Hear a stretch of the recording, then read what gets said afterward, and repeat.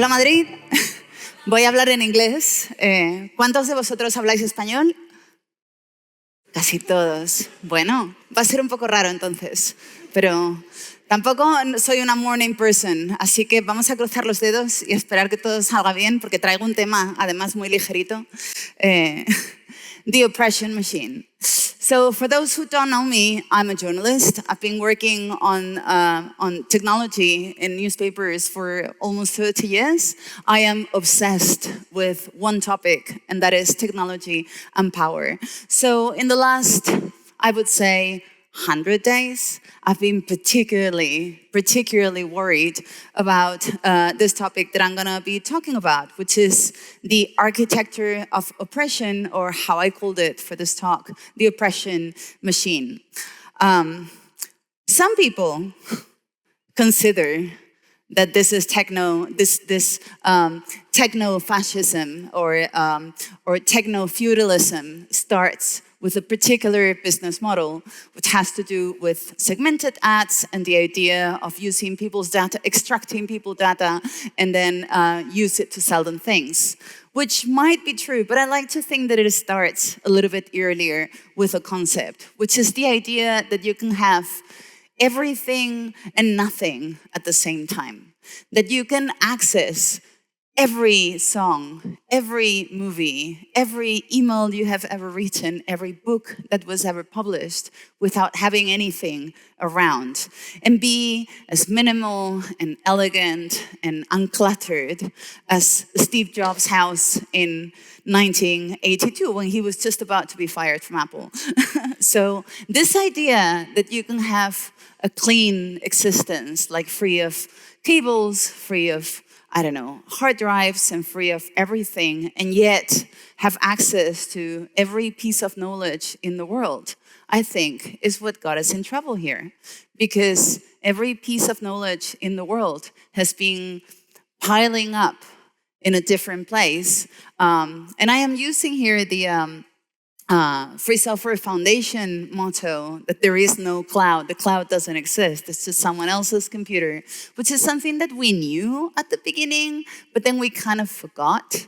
And now the cloud is literally eating the world. Is eating the world's energy, is drinking the water supply, is eating or consuming its minerals, the rare earth elements, the human labor, and definitely our data. What we need from you, if I may say that directly, is we need energy in all forms, renewable, non-renewable, whatever. It needs to be there, and it needs to be quickly. People are planning 10 gigawatt data centers. Just to do the translation, an average nuclear power plant in the United States is 1 gigawatt. How many nuclear power plants can we make in 1 year where we're planning this 10 gigawatt data center? Gives you a sense of how big this crisis is. So even the owners of the business is calling it a crisis for a number of reasons that I'm not going to discuss today. But the fact is that, as we could see in the inauguration day for the Trump presidency, the people that hold the key to that cloud, to that other people's computers, are the people that are running the world. And so I have chosen 4 particular features of this particular moment in technology that allow for this to be an architecture of oppression, that are the foundations of the architecture of oppression. And the first one is, of course, surveillance. Surveillance is crucial for this moment. You will see that I'm using quotes from George Orwell because I stole these principles for him. So you're going to see this over the talk. It was 2013 when Edward Snowden didn't warn us, but showed us that we were being surveilled, that we were part of a massive, or the victims of a massive surveillance network by the government.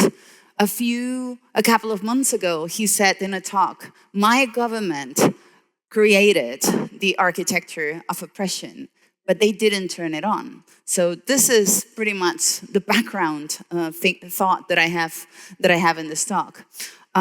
When he did in 2013, mobile phones, smartphones had 10 sensors and 1 camera, which is kind of cute when you consider that the last iPhone right now has like 3 different cameras, 4 different geolocation systems, and a whole variety of sensors up to 24, I think. So we are carrying the instrument of our own surveillance on top of us. And also, at the same time, for the last 10 years, we've been contributed with biometrical data to a lot of different companies, like 23andMe, which is bankrupt. I don't know if you heard. So we'll be selling the parts, which is basically the DNA of 14 million people, to the same companies that are holding the key to the rest of the data. So apart from all this data that has been already collected in this cloud, we are now facing an era of new interfaces. Some of them are designed to measure our health, to measure our state of mind, to look at our pupils and to see how we respond to different things in the world, to different people.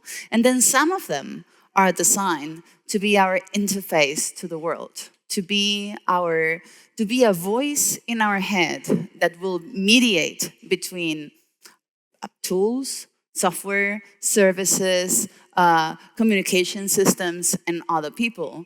And this is going to be a very, very interesting time.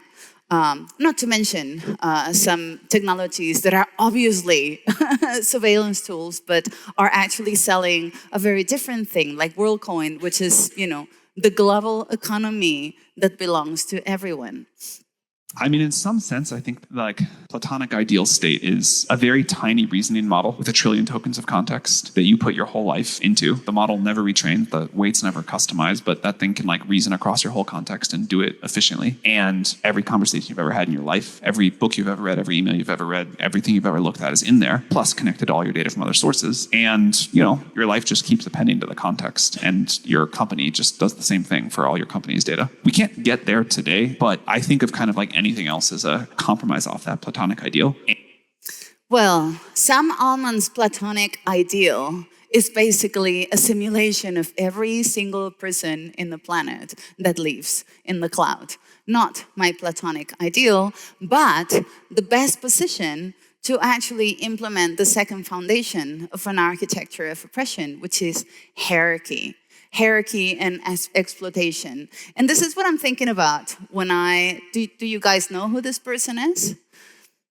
This man is an American resident that was kidnapped while he was picking up his children and sent to a prison in El Salvador under the premise that he was fulfilling the Boston Police 10-point verification system for belonging to a gang like Las Maras, like M13, like, one of those like Salvatrucha, like one of the super violent Latin American gangs. And the verification system basically pointed to the fact that he had tattoos. Some of them were about his children, but anyways, that he was from Honduras, and being Latin American is one of the points. From having a hat, like the one he's wearing in the picture, which is a bull hat, which apparently it's associated with the gangs.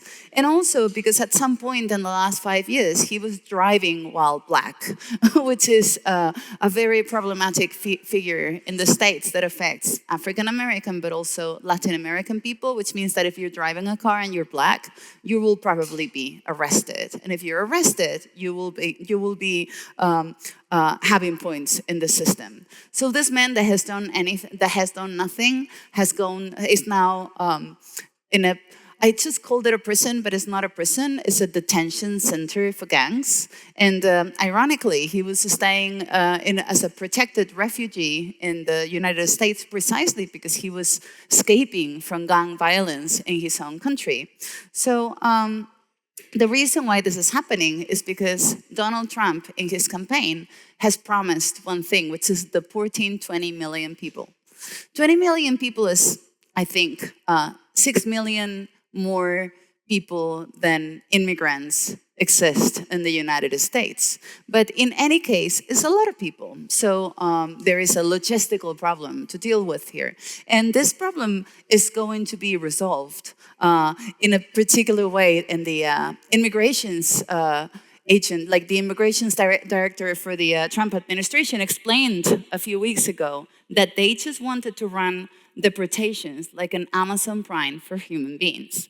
And literally 1 week later, we discovered that they were already doing it because Palantir, which is a company that basically creates software for hunting people, using every database available for them in the planet. They're creating a platform called Immigration OS, so they can help the immigrations director and the Trump administration to hunt people like this guy I showed you before and put them in Salvadorian prisons, because that's one of the new businesses that El Salvador is implementing today. This kind of hierarchical system that if you are, Latin American and you have a tattoo and you have a hat and you've been, detained for a while being driving while black, wouldn't work if you didn't have a positive. And just a week ago, even though the Trump administration has canceled every immigration processing for the United States, like no immigrants from any country, no refugees from any country are allowed to even request refugee status from the United States, he has chosen a particular kind of people, which is Afrikaners. Afrikaners are the white Dutch and Germans that went to South Africa and that established a regime that was known as apartheid, and that they, grabbed all the land and developed their businesses there. And now they have become, via Trump, a protected minority because they claim that their land is being grabbed. There is no reason to think that. There is no evidence to prove that. Actually, the refugee status is something that it takes years to get, and you need to have fundamental evidence to prove that you're being prosecuted or that your life is in danger in the place where you come from.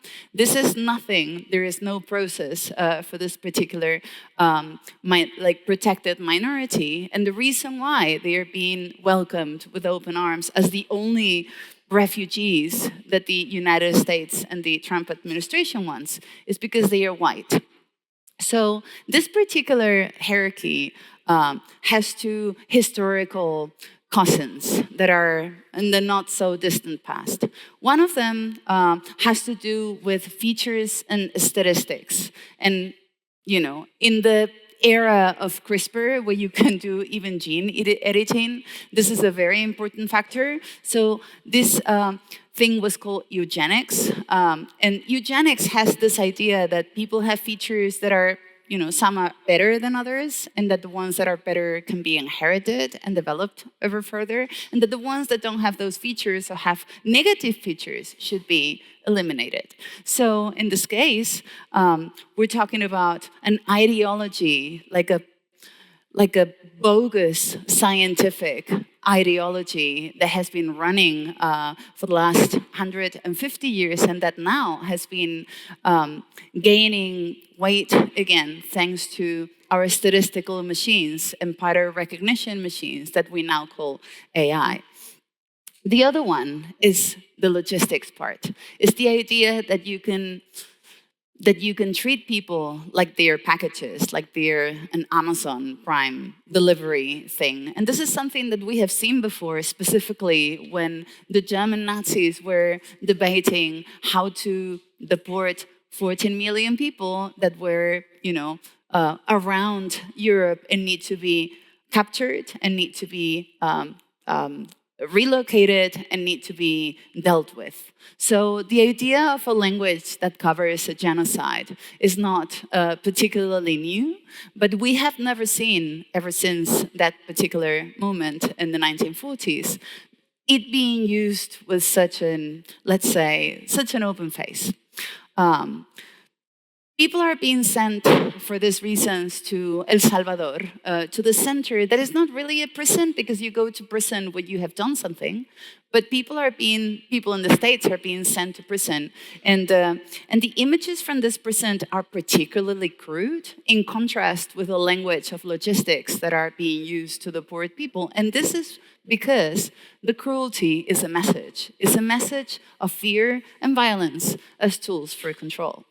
And it's a message not only for immigrants, so they know that they are being hunted and that they are being sent away, but also for non-immigrants. Like, the key here is Donald Trump saying that homegrowns are next.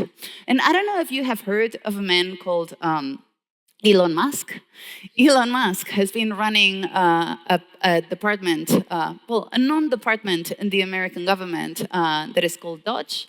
It's the Department of Government Efficiency. And what he has been doing is he has been combing the government agencies in search of data. He's been building his own database so he can find Trump dissidents. He can find people in the administration that are not Trump lovers. So I would say that these two messages are definitely linked to each other. The reason why cruelty is the message is so non-Americans, but also Americans, know that they're in a different kind of regime now, and that being, critical of the ideology of the new system will be probably dangerous for your health. The fourth thing is a rewriting of reality. So erasure of objective reality is, again, how 1984 calls it. The party told you to reject the evidence of your eyes and ears. It was their final, most essential command. Of course, now with generative AI, it has become very, very, very easy to distract or to convince other people's ears of things or eyes of things that have never happened. But in this case, we're seeing a very, very well-known behavior from other previous regimes. Like, for instance, creating new data to justify what would be criminal behavior, like in this case, inventing gang tattoos in the hand of this man that I showed you before to justify him being sent to El Salvadorian prison.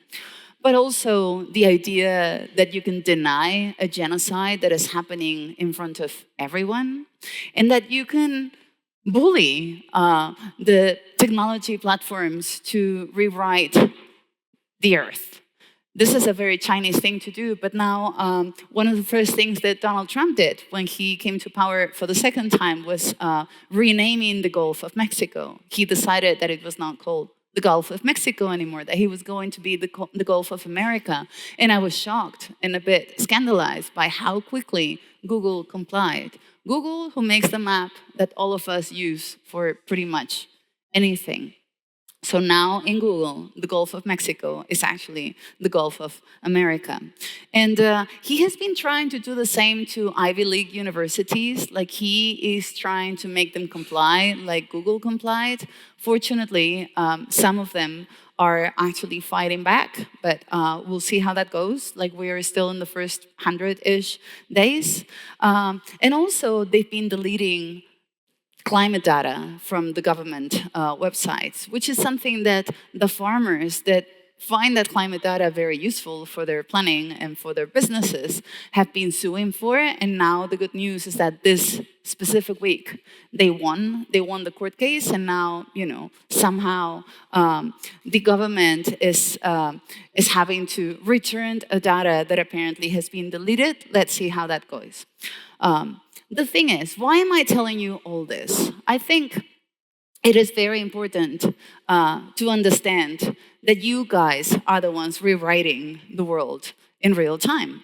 Meaning the world's future, technology's future, the government's future is not inevitable. Like, we are all contributing to it. But I would say that developers, coders, programmers, hackers are developing a little bit more, are offering a little bit more of their skills to the future as we speak. So people constantly ask me, what could I do to basically make it better.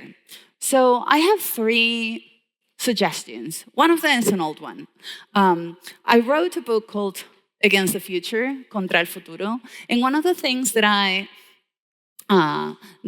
talk about in this book is how the cloud could be a distributed crowd. It could be, a data management crowd that benefits everyone and that everybody has the keys for.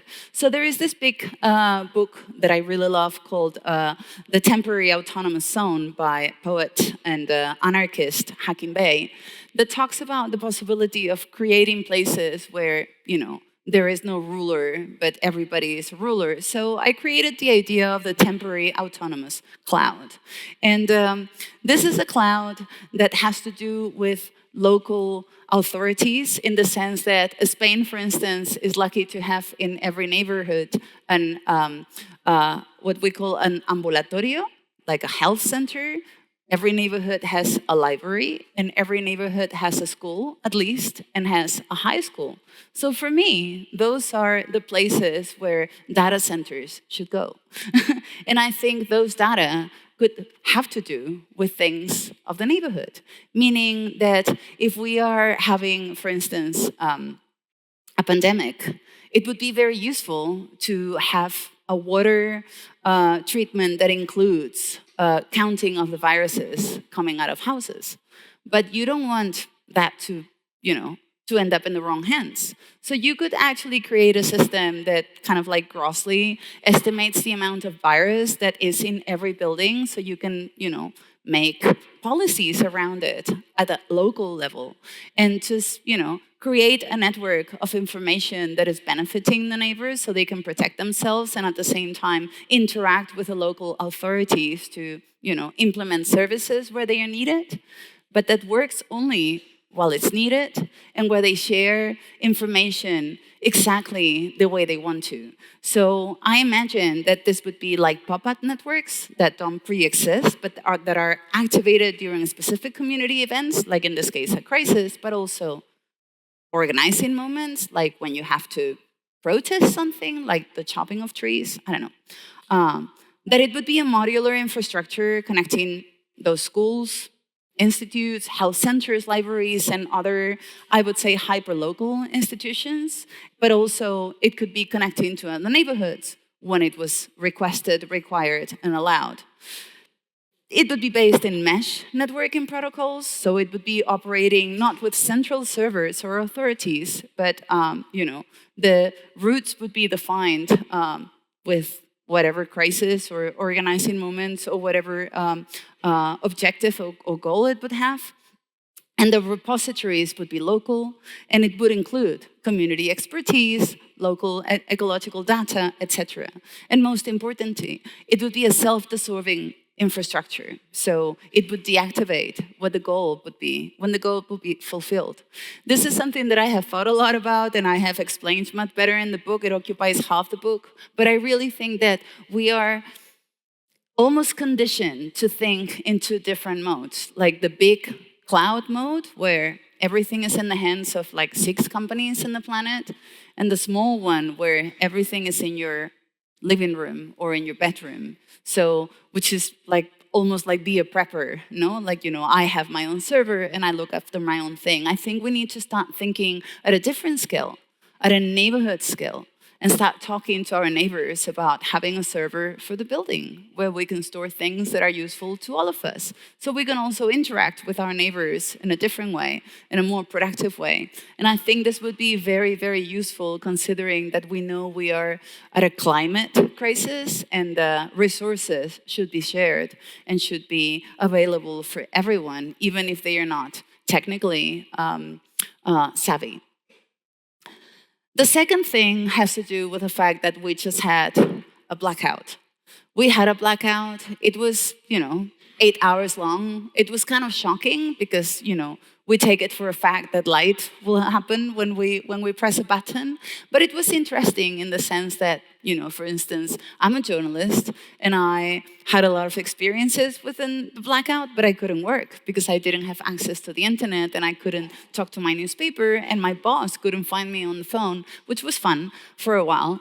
But I think as developers and coders, and thinking again, community, in community terms, in community size, I think it would be very good if you could start either funding or inventing or researching or contributing to networks that are open source, that are off the grid, meaning they would be a good alternative during another blackout, that are distributed, that are low-powered, that are, low resources in general, and that can be expanded, almost infinitely through the waves. Like, for instance, I'm thinking about two. Like, one is pretty much a 19th century technology, is ham radio. You can operate ham radio and create communication systems that are not really dependent on mobile phones or dependent on the internet or dependent on the state or dependent on any hyper-centralized network that we depend on right now. But there is also new ones like Metastatic, which is a really, really interesting network that I don't have time to explain at the moment, but it's growing really fast. So maybe that would be a thing you can do. But the very important thing that I need to ask you is that you help us, that you help journalists. And I'm going to tell you this story. These people that you can see there are Meghna Rajagolapan, Alison Killing, and Christo Bushek, receiving the Pulitzer Prize in 2022 because of the work they did for lack of resources and excess of resources. So I will explain. Meghna was covering China for BuzzFeed for many, many years, and she spoke Chinese, and she had been living there for quite a while. And then during the pandemic, she discovered that there was a region in China where the Muslim minority was being captured and moved to particular facilities. And she started researching this and asking questions. And the next thing that happened was that she was kicked out of China. She couldn't come back. She could never again get a visa to go back to work. And so she found herself with a scoop in her hand, but no access to the data because no one in the administration would help her do anything. She didn't have access to any of her previous witnesses, etc. And so she ended up not doing anything for a few months, and then she bumped into my friend, Serbian hacker Christo Bushek. Christo Bushek is a Serbian hacker. He's been hacking things since he was 12. And they got together with an architect called Alison Killing at a meeting in Montenegro, which is a common meeting for my friends in the Balkans to just talk about stuff, code stuff. And they realized that even though they couldn't access China physically, there was a lot of things that could. Among them, satellites. So they created a set of tools that would allow for them to locate and surveil these detention centers where China has put 1.5 million Muslims called Uyghurs in the last few years, just for the sake of keeping them in check. And so they won the Pulitzer Award for an article or a series of articles that would have been completely impossible 15 years ago without having physical access to the space, but they found ways to do it. And the only reason why they did was because Christo was a hacker and Alison was an architect. So the architect knew that if you look at a particular facility and it has this shape and it has this size and it has this number of people going in and out, it can only be a number of things. And one of them is definitely a detention center. So I would invite you to think or consider that you have probably the skills to help us do things that we cannot do because we can't even think about them. Another example that I really like is the fact that, do you know what Pegasus is? Yes? No? Not as many hands as I thought. Well, Pegasus is a spyware that is developed. Well, it's not exactly a spyware. It is a platform that spies entering other people's mobile phones that was developed by a Israeli company called NSO Group. And it's been very popular in Spain because it's supposed to have been spying Catalan independent politicians during the funny times in Catalonia. And so I always tell people, because they don't know, that the ones that discovered this network and actually created the tools to see how it worked and to determine whether a phone had been infected or not infected with this, were not journalists, they were not the police, they were not the FBI, they were a crowd of 3 people in Amnesty International that run the lab. Just 3 hackers, led by Claudio Garnieri, an Italian hacker living in Berlin. They discovered this and they developed the tools to search it, and they developed the tools to do digital forensics on every phone that had been infected ever since. So these people created one of the biggest scoops of the last 5 years, pretty much in every country. And they are not journalists, they are hackers, like you. Another hacker friend is Adam Harvey. He was having fun one day and decided to make a recognition tool based on AI that finds weapons, illegal weapons in footage. It so happens that he was, finishing the last touches of this particular tool when the Ukraine war started.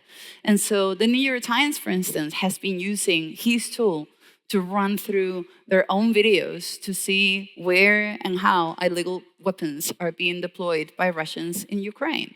Very cool.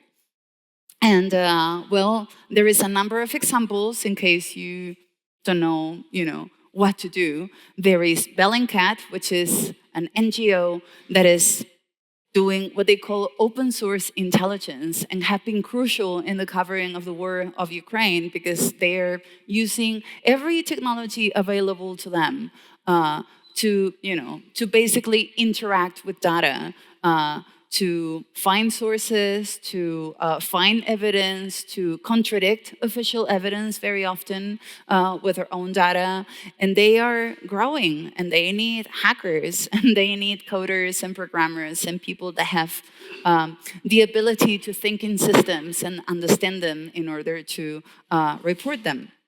But also there is a group in Berlin that is called Investigative Commons. There is a list of members right now that is growing at the moment. And these are people that are doing journalism in different ways using technology. The most famous one is, of course, Forensic Architecture, which is a group of architects and artists that have been working for big courts that are dealing with humanitarian crisis and war crimes. So what they do is that they use technology as a place to recreate spaces. So they recreate the place where an accident or an attack has happened, and they recreate every condition around that space, like the people that have been there and the, administrative data that is around it, the weather that was happening and the days that they're investigating. And once they have recreated the whole thing, they can tell a story that is useful in court. But it's also useful in a newspaper because that's what we do. We tell stories that are plausible with the data that we have. So they have found technical ways to gather data and tell stories differently. And they are now collaborating very, very often with the New York Times precisely to explain things like, illegal bombings and war crimes in places like Syria or Gaza or Ukraine. And all these people are just, finding uses for technology that we never thought of before. as journalists, we keep saying that we're in crisis because the internet has ruined our lives, which is kind of funny. Journalism has been in crisis since I became a journalist 30 years ago.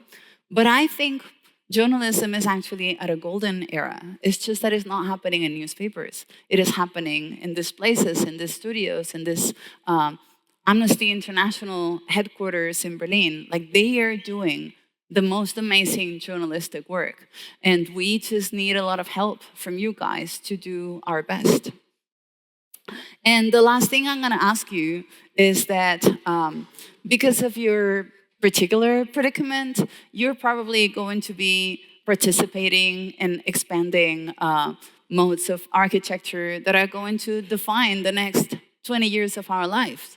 So I want you to think about these principles of oppression that have been defined and described not only by George Orwell, but also by Hannah Arendt and a whole variety of different science fiction books that we know very well because they are classics. The architect of oppression is always the same. It's always pursuing the same goals for the same reasons. But now they have new technologies that make them faster, that make them more efficient, and that make them more dangerous than ever. So what I'm gonna ask you is that if you are asked to contribute to this architects of oppression, you just say no, thank you, and you do something else. Thank you very much.